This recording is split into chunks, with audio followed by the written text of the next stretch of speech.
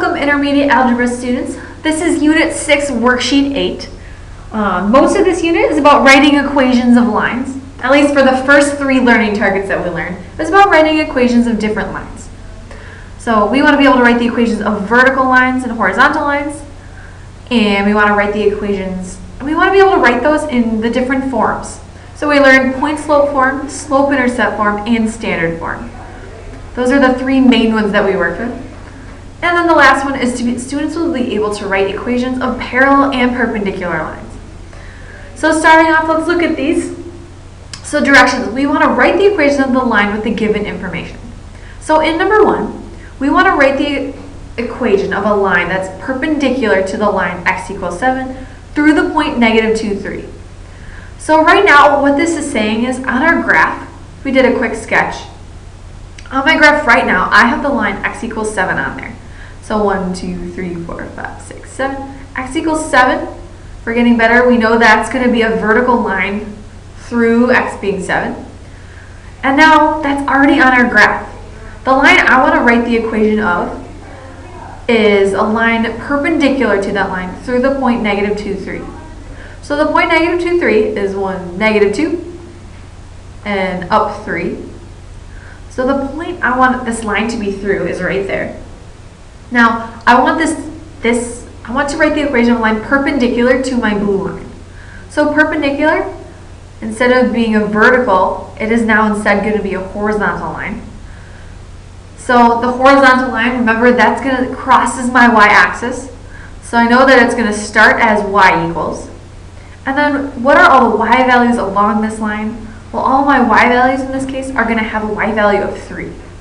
So the equation of this line is y equals 3. All right. Again, remember, in this case, vertical and horizontal lines, these are supposed to be the easy ones. We don't need to go to any sort of form on this one. No point-slope form, no slope-intercept form. We're writing the equation of vertical and horizontal lines, so we just have to we need to know which one is which. Okay. Now, in number 2, we want to write the equation of a line through the points 7, -2, and 4, -1. So remember, the 2 things I need to be able to write the equation of a line are, I need a slope and I need a point. In this case, I actually have 2 points, so I'm good there, but I don't know my slope. So this is where I need to calculate my slope before I can go any farther. So if we're getting good slope formula, remember, it's y2 minus y1. So I'm going to go -1 minus a -2, which is really the same thing as addition. So I'm going to add 2. And then x2 minus x1. So we're going to take 4 minus 7. And then just simplifying. So -1 plus 2 is actually going to be a positive 1. And 4 minus 7 is a -3. So -3. So my slope of that line, we know for sure, is going to be 1 over -3. And now I need to actually write the equation of the line. So my slope is -1/3, but that's not the equation of this line. That's definitely the slope. But if I want to write the equation of this line now, in this case, we always have to start off in point-slope form first. So remember, that's our y minus our y1. So I always kind of like to label this. I'm going to use this as my x1, and this one as my y1. So y minus y1, in this case my y1 is -2. So when I subtract a -2, that's really the same thing as adding 2. And then equals my slope, which is -1/3. And all times x minus x1, in this case my x1 is 7. So x minus 7. So now's the part where I have to pay attention to the directions. So it tells me that I only have to go as far as point-slope form. So in this case, this is actually my final answer. This is point-slope form, so I don't need to go in. I don't need to show any more work on this one. Okay? So now number 3, we want to write the equation of a line parallel to the line y, or x minus 3y equals 9 through the point 3, 4. So to even start this problem, in order to write the equation of a line parallel to this one, I need to know what the slope of this line is. So in this case, I'm going to write this one in blue. In order to find the slope, I need to put this in a form where I can interpret my slope. So remember, if we use slope-intercept form, I can clearly see what my slope will be. since that, in this case, is y equals mx plus b. When it's in slope-intercept form, I can see right here what my slope is. It's the number, the coefficient of my x term. So if I can find the slope of this line, I can continue with this problem, okay? So finding the slope, we first need to get this in slope-intercept form. So to do that, the first thing I'm going to do is I'm going to subtract x from both sides. And we're left with negative 3y equals negative x plus 9. And now my last step to getting y by itself is I'm going to divide everything by negative 3. And we're left with, in this case, negative 3 divided by negative 3. Those are gone. Negative 1 divided by negative 3. That's going to be a positive 1/3 x. Positive 1/3 x, and then we don't actually have to go any farther because I can see what my slope is from here. But if we were to keep going, positive 9 divided by negative 3 is a negative 3. Okay?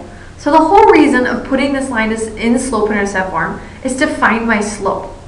So my slope of this line is 1/3.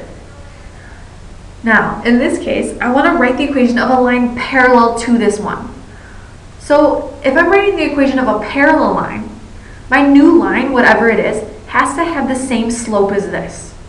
So if it has the same slope, this form in this case, this line has to have a slope of 1/3 as well, because they have to have the same slope in order to be parallel. So if this is a slope of 1/3, the other piece of information I need to know is that it is through the point 3, 4. So again, now that I have a point and a slope, then now I can actually write the equation of this line. So I'm going to start off by putting it in point slope form.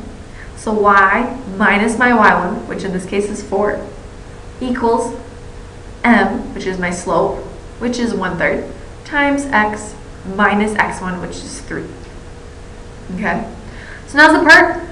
The directions say we need to go to standard form. So again, we have to go all the way to standard form in order to get this in the correct form. So to do that, first thing I'm going to do is I'm going to distribute my 1/3. So we're left with y minus 4. 1/3 times x is 1/3 x. And then a negative times a positive is a negative. And 1/3 times 3, that's really like 1/3 times 3/1, which reduces to just 1. So now I'm close. Now the next thing I'm going to do is I'm going to add 4 to both sides to get them in the same, to combine like terms. So from here I'm left with y equals 1/3 x. And then negative 1 plus 4 is plus 3. So now we're okay. Now we're in slope-intercept form, so we're getting closer. But I have to go that extra step and actually get it in standard form. So to do that, I'm going to subtract 1/3 x from both sides. And in this case, then I'm going to be left with, and I'm going to write it up here. We're running out of room here. So we're left with a negative 1/3 x. Oops. Didn't read that. Start over. So we're left with, when we subtract negative 1/3 y from x from both sides, we're left with negative 1/3 x, in this case plus y, equals, my negative 1/3's canceled on this side, so the only thing left on that side was a 3.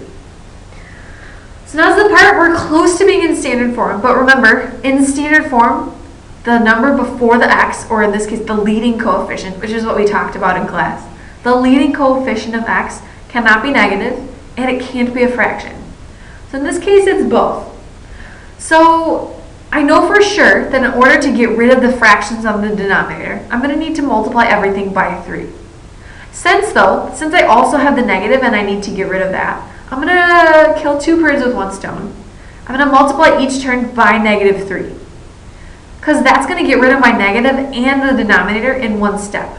Now, no, you can do that in 2 steps. That's totally fine. You can multiply by 3, and then once you get your answer to that, divide everything by negative 1. You'll still get the same answer. That's fine. But when we multiply by negative 1/3, my 3's are going to cancel. My negatives are going to cancel. And I'm left with a positive x. Positive y times negative 3 is going to be a negative 3y. equals 3 times negative 3, in this case is negative 9. So my final answer to this one is, the final equation of this line in standard form is x minus 3y equals negative 9. All right. So now my next step, if we're looking at number 4, it's a little messy, sorry, but we want to write the equation of a line through the points negative 1, 2, and 3, 6. So in this case, I have 2 points actually, but I have a point. I don't know the slope that these are in. So the first thing I need to do is find the slope between these 2 points. So in this case, m is y2 minus y1. So 6 minus 2 all over x2 minus x1, which is 3. In this case, minus a negative 1, which is the same thing as addition. So we're left with 6 minus 2, which is 4. All over 3 plus 1, which is 4. So in this case, my slope, 4 divided by 4, is just 1. So if my slope was 1, I now want to write the actual equation of this line, because this is not the equation, this is the slope of the line. So putting it in this case, we now have a slope and we have a point. So I'm going to we need to go to point slope form first. So in point slope form first, I'm going to use this first point. So point